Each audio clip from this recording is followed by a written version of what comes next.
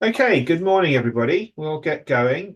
So, as usual, I've got a bit of news to cover, and then we'll be talking to Chris Claudio from Capital Gearing Trust.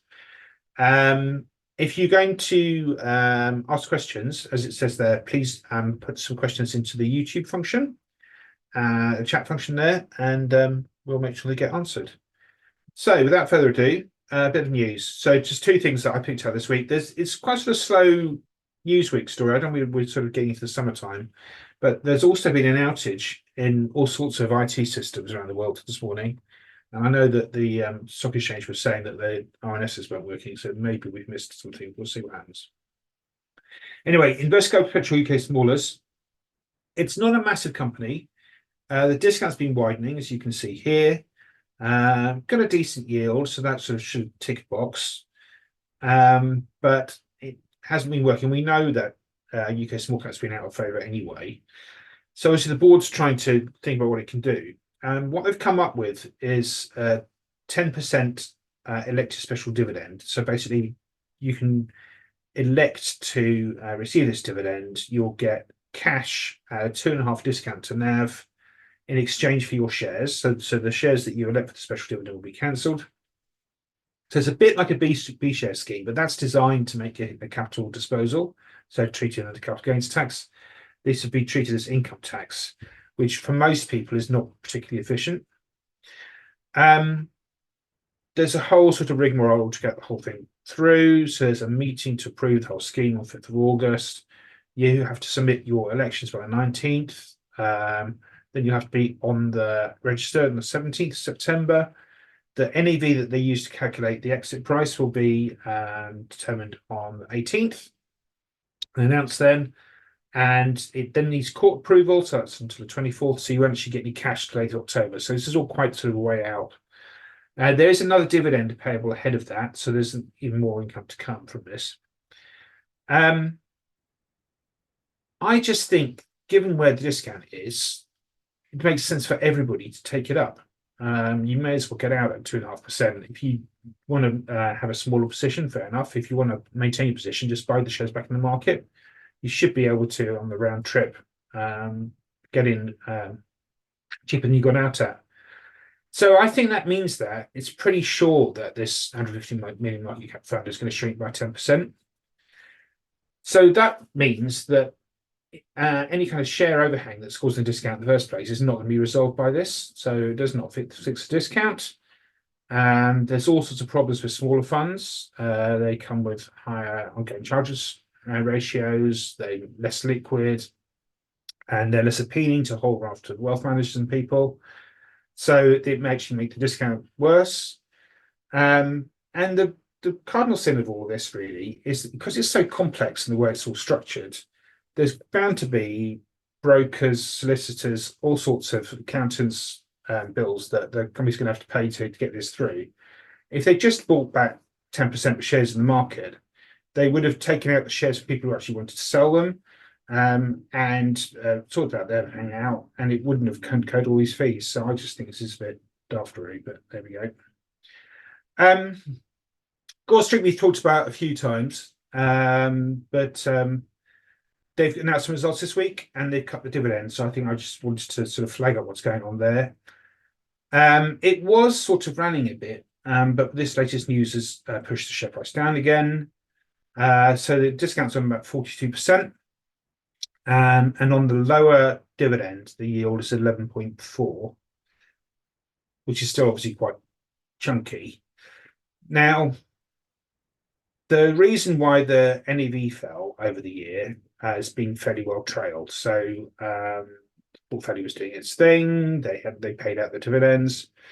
But the big thing is that the UK batteries have been earning a lot less money than they were anticipating. And that's obviously been the thing that's wiped out the dividends at the Gresham House Fund and Harmony as well. Change to inflation and high discount rates related to higher interest rates also have a negative effect too. These are relatively minor in the scheme of things. So the main thing was these changes to the revenue curves.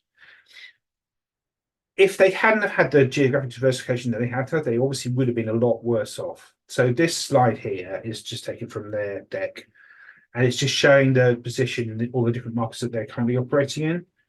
So GB is the problem area that we've all known about, where the National Grid ESO isn't really using batteries in its balancing activities, grid balancing activities.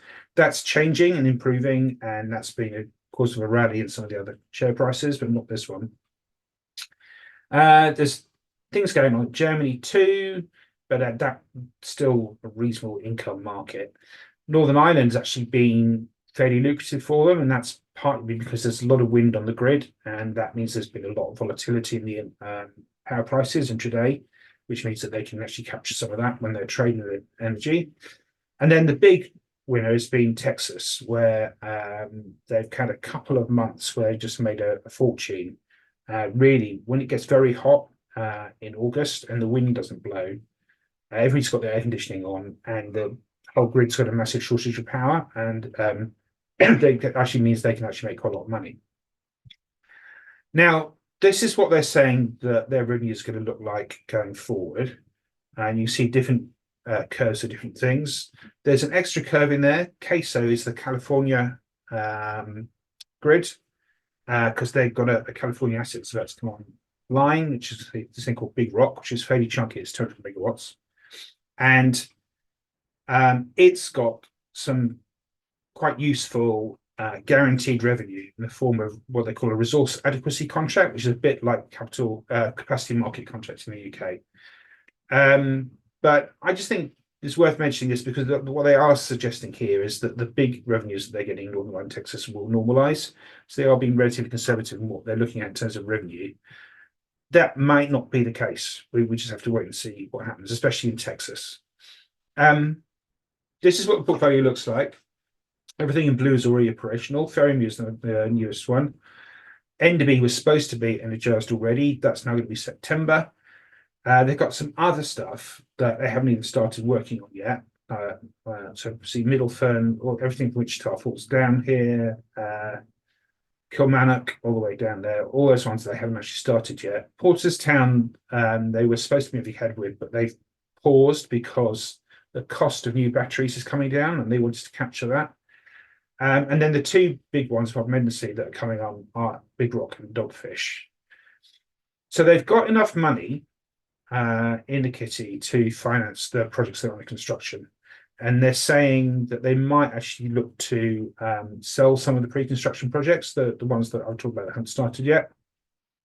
There have been some minor delays to some of these things. So this is all mentioned Enderby.